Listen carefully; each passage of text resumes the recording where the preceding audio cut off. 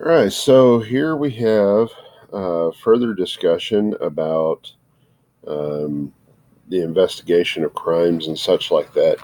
We have Locard's exchange principle. So, Locard's exchange principle is the concept that everybody at a crime scene leaves something and takes something.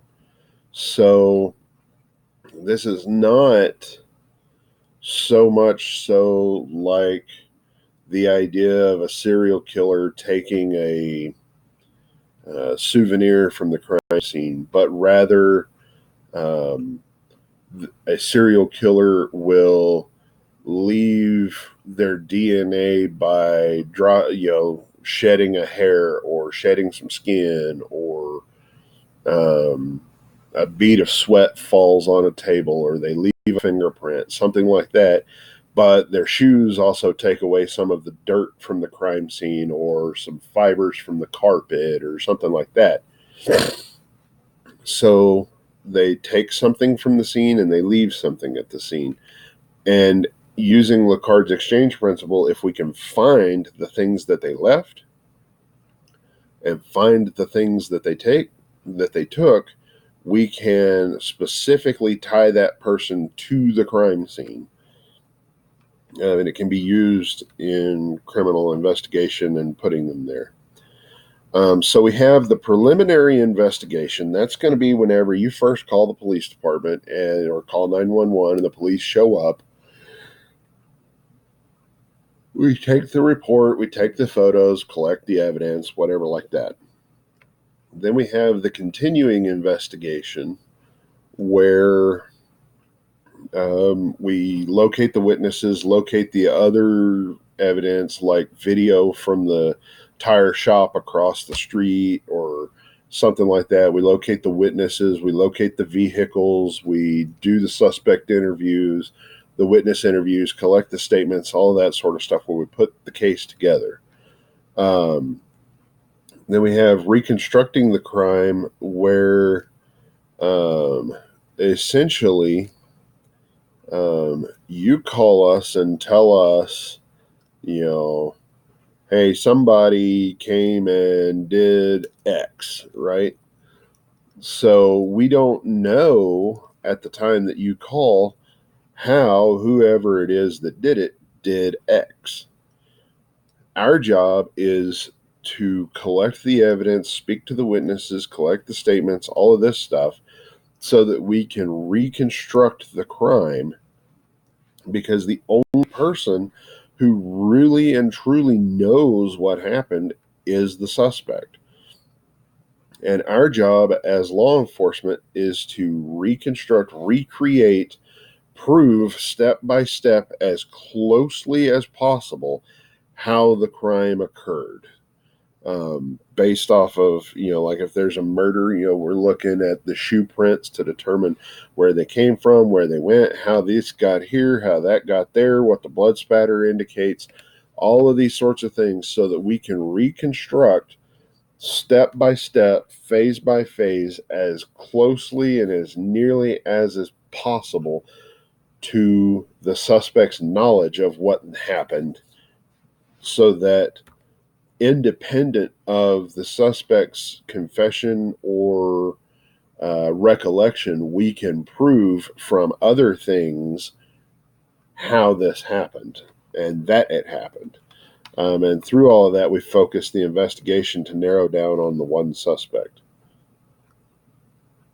So, does anybody recognize this fella?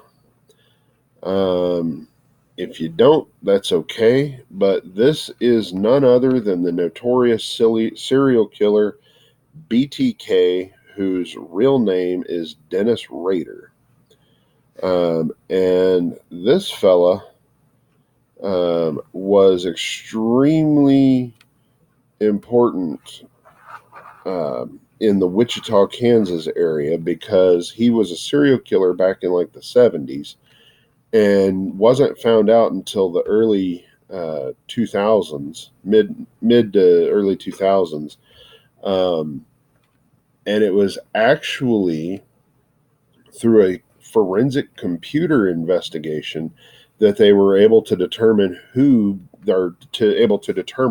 that Dennis Rader was BTK, because they were able to narrow down these things that this guy knew and all of this, and from a church and computer code and the, kind of in Locard's exchange principle. Even at that, the computer will do some kind of exchanging and stuff. And basically, they took it all the way down to the code and were able to determine that Dennis Rader was BTK. So it's very, very interesting. So let's talk about myths and attributes about detectives. The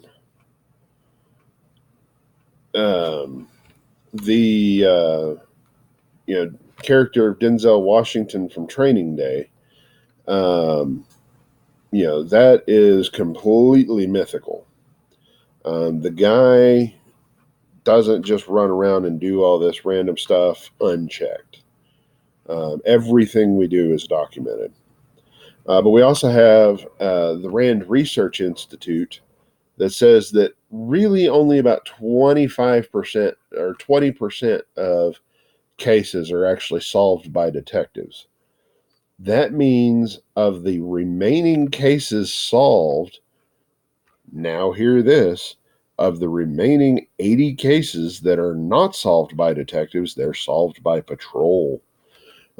So don't think that you're not important, or don't think that patrol guys are not important. We solve a lot of stuff. But that doesn't mean that detectives are to be understated, because the thing is, the 20% of cases that are solved by detectives, not that they cannot be solved by patrol, but patrol just literally does not have the time available to them to be able to solve those cases. Those are cases that we desperately need somebody that doesn't have to answer the radio, that has the time to sit there for all day interviewing suspects or going through phone records or computer code and stuff like that. Detectives have their place, and they are extremely useful and valuable, but they're not the be all and end all. But they are extremely useful in what they do. But don't underestimate patrol either. So that'll get us taken care of. We are to the end of chapter 6, finally. So there you go. We'll see you in chapter 7.